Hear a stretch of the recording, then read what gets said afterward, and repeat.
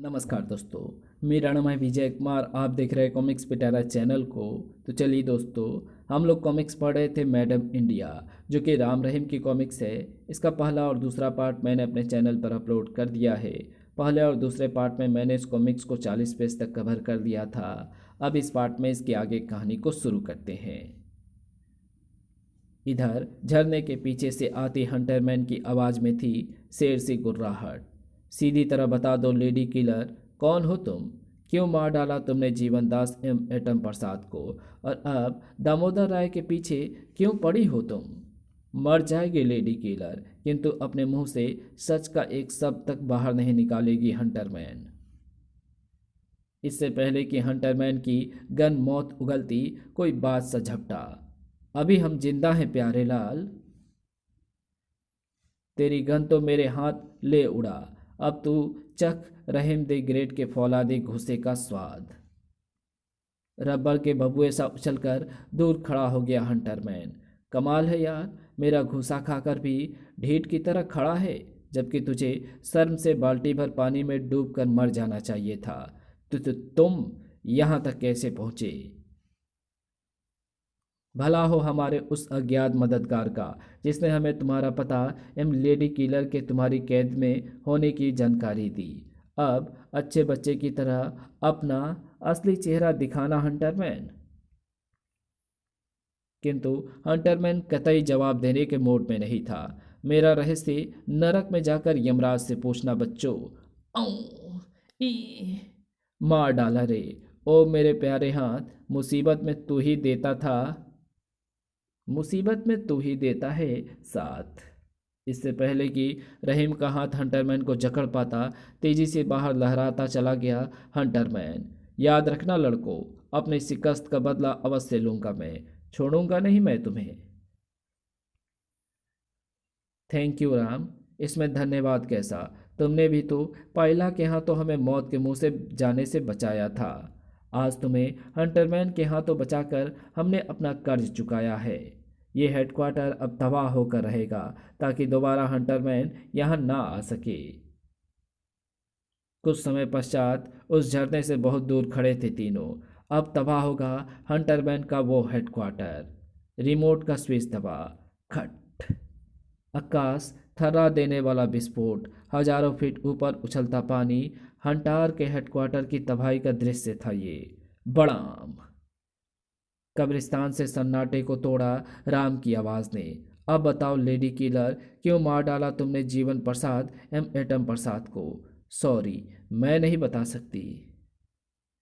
सुलग उठी राम की आंखें, धधक उठा रहीम भी। राम के सब्र का इम्तहान मत लो लेडी किलर, मत लो। तुम्हारा रहस्य जानना हमारे लिए बहुत ज़रूरी है। नागिन सी फुफकारी लेडी किलर। और पागल हो गया, पागल हो उठा राम। और मैं तुम्हें अपना रहस्य जीते जी कभी नहीं बताऊंगी। राम के आगे पत्थर भी बोल पड़ते हैं लेडी किलर। धाड़। मैं उन पत्थरों में से नहीं हूं राम। वो चट्टान हूं मैं, जिसे बारूद भी नहीं फोड़ सकता। धड़ाक। एक दूसरे की जान बचाने का ये कैसा कर्ज चुका रहे थे दोनों? क्या इतनी जल्दी दोस्ती हवा हो गई थी उनकी? राम, जो सच्चाई के लिए अपने माँ बाप को भी सच बोलने पर मजबूर कर दे। थाए थाए थाए। लेडी किलर, जो मैडम इंडिया के लिए एक जीवन तो क्या, हजारों जीवन कुर्बान कर दे। किसी एक की मौत के साथ ही खत्म होनी थी ये जंग। अचानक हवा में तैरती चली आई मैडम इंडिया। रुक जाओ राम, अब लेडी किलर को छुआ भी तो प्रलय आ जाएगी। Madam India, madam India. ममता की मिठास थी मैडम इंडिया के स्वर में। पगलो, हमारे रास्ते भले ही अलग अलग हो, किंतु मंजिल एक है। देश के दुश्मनों की मौत। लाओ, लेडी किलर को मुझे सौंप दो। मानो बहरा हो गया था राम। बातों में मत उलझाओ मुझे मैडम इंडिया, अब तुम्हारा भी रहस्य जान कर रहूंगा मैं। मानो पहाड़ सा टकराया था मैडम इंडिया से। राम अपने दुश्मन को कभी माफ नहीं करता। धाड़। शैतान बच्चों को सबक सिखाना मुझे बखूबी आता है। मैडम इंडिया के हाथों से निकले जाल में कैद होकर रह गए राम रहीम। गुड बाय बच्चों, अब ना जाने कहाँ होगी हमारी अगली मुलाकात। मैं तुझे छोड़ूंगा नहीं मैडम इंडिया। किसी तरह जाल से आज़ाद हुए दोनों। हमें मैडम इंडिया का हेडक्वार्टर खोजना होगा। ये लॉकेट। कांपते हाथों से उठाया रहीम ने लॉकेट। लगता है मेरी टक्कर के कारण ये लॉकेट मैडम इंडिया के गले से छिटक पड़ा था। इसमें कोई नक्शा बना हुआ है, शायद मैडम इंडिया के हेडक्वार्टर का हो। अगले पल हवा में लहराते चले गए थे दोनों। अब मैडम इंडिया की खैर नहीं, शीघ्र उसके हेडक्वार्टर पर होंगे हम। काश वो देख पाता कि बड़ी सफाई से उनका पीछा कर रहा था कोई। तीनों इस बात से अनजान थे कि वो लॉकेट अब उन्हें कहाँ पहुंचाने वाला था। उधर हंटार जा पहुंचा था ज्वालामुखी पर्वत। आहा, इसी ज्वालामुखी पर्वत के गर्भ में है ग्रेविटी वॉच। ये मजबूत रस्सी इस वैक्यूम की मदद से यहाँ चिपकी रहेगी। इसी रस्सी की मदद से ज्वालामुखी की तलहटी में पहुंचूंगा मैं।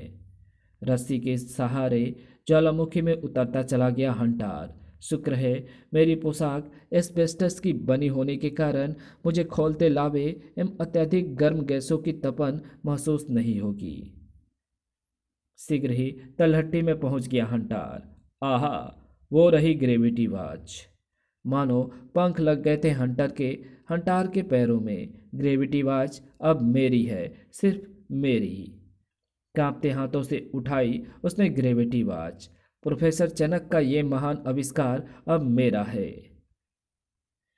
ग्रेविटी वॉच लिए तेजी से रस्सी पर बढ़ता चला गया हंटार। लावा तेजी से खोलता जा रहा है। कहीं यह ज्वालामुखी फटने वाला तो नहीं है। किंतु ज्वालामुखी फटने से पहले फटी रह गई हंटार की आंखें। नहीं, सामने खड़े थे राम रहीम। ये ग्रेविटी वॉच देश की अमानत है हंटार, तुझ जैसे शैतान के हाथ में शोभा नहीं देती ये। शुक्र है मैडम इंडिया के लॉकेट में बने नक्शे की सहायता से समय रहते यहाँ पहुँच गए हम। किंतु हंटार इतनी मेहनत के बाद हासिल की गई ग्रेविटी वॉच यूं ही नहीं गंवाना चाहता था। यह ग्रेविटी वॉच सिर्फ मेरी है। ज्वालामुखी ने धधकना शुरू कर दिया था, साथ ही धधक उठी थी हंटार की आंखें भी।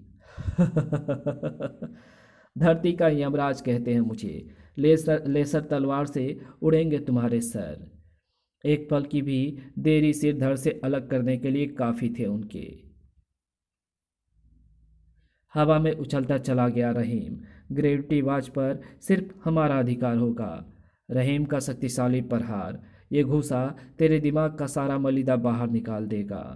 किंतु हंटार, जिसे जुर्म की दुनिया कहती है, धरती का यमराज। इसी पल ग्रेविटी वॉच पर बिजली सा झपट पड़ा। राम हड़बड़ाया सा रह गया हंटार। ये ग्रेविटी वॉच मुझे दे दे हंटार। नतीजा, हवा में उछली चली गई ग्रेविटी वॉच। ओह नो, रहीम उसे पकड़ो, क्विक। ग्रेविटी वॉच की तरफ बढ़ने वाला हर हाथ काट कर रख देगा हंटार। इसी पल हवा में लपक ली किसी ने ग्रेविटी वॉच। ये ग्रेविटी वॉच देश की अमानत है। अगले पल आसमान में लहराती चली आई मैडम इंडिया। तुम जैसे नापाक इरादे वाले इसे हाथ में नहीं लगा सकते हंटार। शुक्र है लॉकेट में छपा नक्शा हमने पहले ही अच्छी तरह दिमाग में बैठा लिया था, इसलिए यहाँ तक आ पहुँचे हम। देश के दुश्मनों को जिंदा ना छोड़ने की कसम खाई है मैडम इंडिया ने। अब तेरी बारी है हंटार, और तुझसे निपटेगा मेरा प्यारा हाथ। नहीं। हंटार को लिए ज्वालामुखी की तरफ बढ़ चला राहिम का हाथ। यह ज्वालामुखी फटने वाला है, भागो। बिजली से तेजी से भागे चारों मौत से दूर। और ज्वालामुखी फट पड़ा। बड़ाम। ज्वालामुखी के साथ फट पड़ा था हंटार भी। ये इसी मौत के काबिल था। ये ग्रेविटी वॉच भारत सरकार को सौंपनी है मुझे। अब तो बता दो मैडम इंडिया, क्या रहस्य है तुम्हारा? मैं बताती हूँ, हाँ सब कुछ बताऊंगी तुम्हें, सुनो।